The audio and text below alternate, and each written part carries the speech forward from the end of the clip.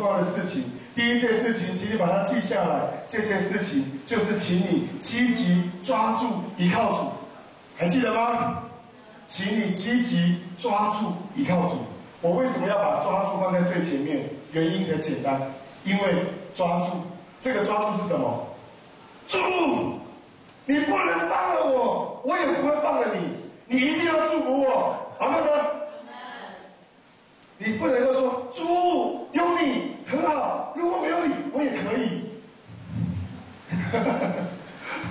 可是大部分都这样，我们生命中都走过这一段。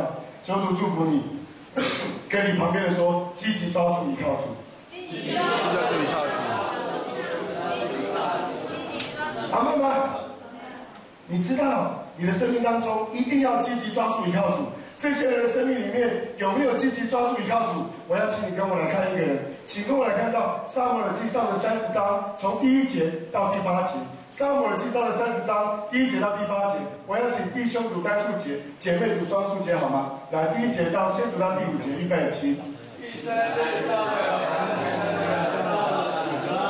亚玛力人进侵我南地，攻破洗革拉，用火焚烧，掳了城内的府邸和其中的大小人口，却没有杀一个，都带走了。大卫和跟随他的人到了那城，不料城已烧毁，他们的妻子儿女都被掳去了。大卫和跟随他的人就放声大哭，直哭得没有气力。大卫的2个妻耶斯列人亚斯暖和做过拿巴妻的加密人亚比干也被掳去了。到这个地方，我想你熟悉这段经文。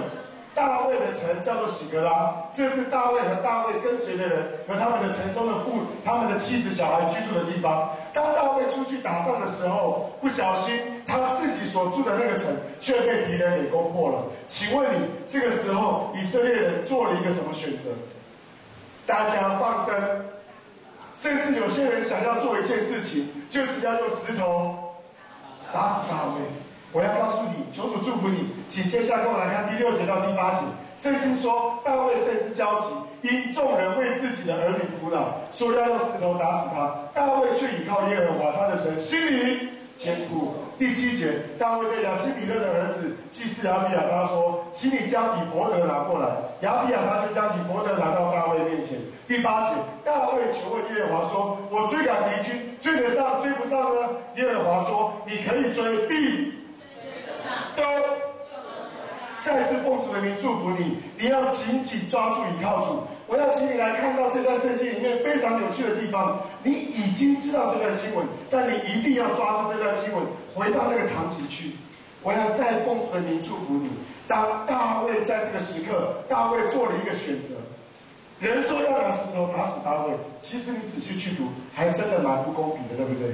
有没有可能大卫会直接讲话？大卫说：“哎，拜托，被抓的又不是只有你们家的老婆和小孩，被抓的还有谁？还有我们家的老婆和小孩。被抓的、被拿走钱的又不是只有你们家，还有谁家？还有我们家。可是当大家在面对大卫的时候，大家就做了一个决定。这个决定是什么？就是要拿石头打死大卫。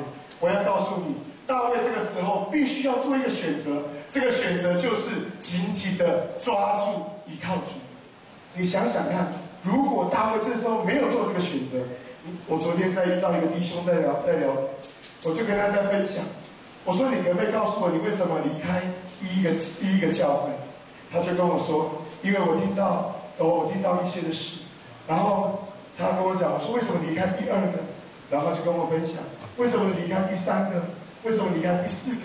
当这个弟兄在跟我分享的时候，我心里面觉得主啊，帮助我们所有的弟兄姐妹。大卫当时他有没有选择回应所有以色列人的沮丧？没有。有没有选择一个回应失败的环境？大卫有没有跳出来为自己的事情做一些的伸冤？大卫抓住上帝，紧紧的抓住他说：“上帝，你如果不救我，我就没有办法走下去。”阿们吗？如果他没有抓住神，你觉得会有后来的犹大王国吗？你觉得会有后来的犹大王朝，还有大卫的家族吗？求主祝福你，祝福你旁边的人，你跟他说，我也要紧紧的抓住依靠神，依靠上帝。阿们。这是你要明白。请问你，摩西有没有紧紧的抓住一条绳？在那个过程里面没有。可是我告诉你，后来有没有？我有跟你分享，对吗？当上帝说：“哇，这下在百姓一点光看就神了，我看到他们好烦啊！我把治理的权柄给你，我不要跟你们去迦南了。”摩西说什么？摩西说：“你如果不跟我去，我就不去。”求主祝福你，让你的生命当中有恩典。请你跟我来看到第二件事情，请跟我来看到。我告诉你，第二个神的拣选里面有一个特质，就是活在，跟你前后左右的说，活在基督里。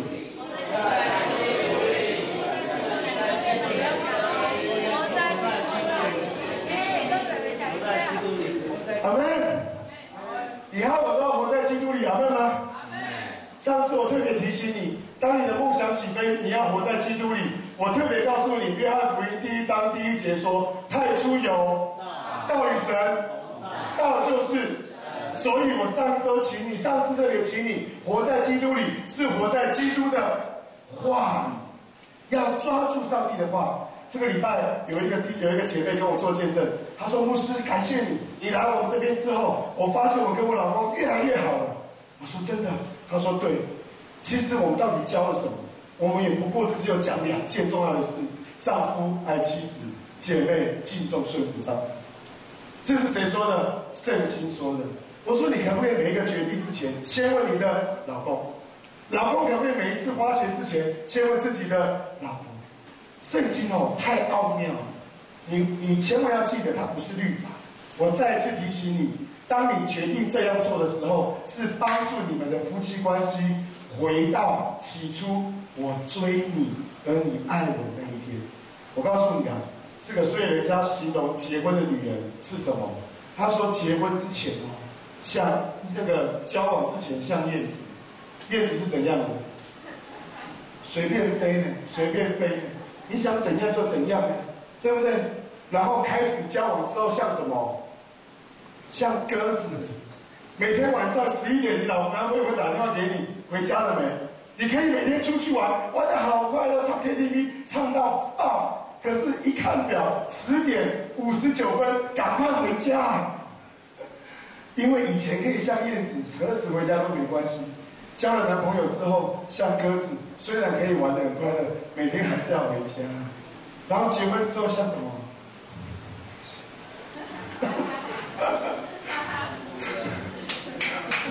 结婚之后像什么？像鸭子一样，每天就在家里面，反正就记得呱呱呱呱呱呱呱呱呱啊！求主祝福你，圣经不是这样写的。阿门吗？跟你旁边人说，圣经的真理比较棒。圣经真理比较棒。不是嘛？对不对？圣经是告诉你，所以你以前每天都可以在他的家门口天天接他上班下班。你知道，当你结了婚之后，丈夫在用每一笔钱决定问太太可不可以用的时候，虽然你不需要每天接他上下班，他会回到起初你接他的那一天，因为他会感受到的东西是相同的，那个东西的态度叫做真心，叫做爱，阿门吗？叫做舍己。圣经说，丈夫要爱妻子，要为妻子怎么样舍命，不是叫你拿刀天天刮一块肉啊，是叫你放弃你的想法和你的意念。所以，当你决定花时间每天接你的女朋友上学、放学、上班、下班，其实你就是放弃你自己的时间，同意吗？所以，你问你太太要不要花这笔钱，也是相同的，是一个真心的表达。但我要求主祝福你，今天是以色列的新年。当我在跟你讲到活在基督里的时候，不只是像上次一样活在基督的话里，请你跟旁边的说，活在基督的日子里。跟你前后左右的说，活在基督的日子里。出埃及记23章这样说，在你梦想起飞的同时，我要请你明白这节圣经。出埃及记23章14节到17节，圣经这样说，我们一起来读第一讲嘛，14节预备起，1年你要向我守节。好，到这里。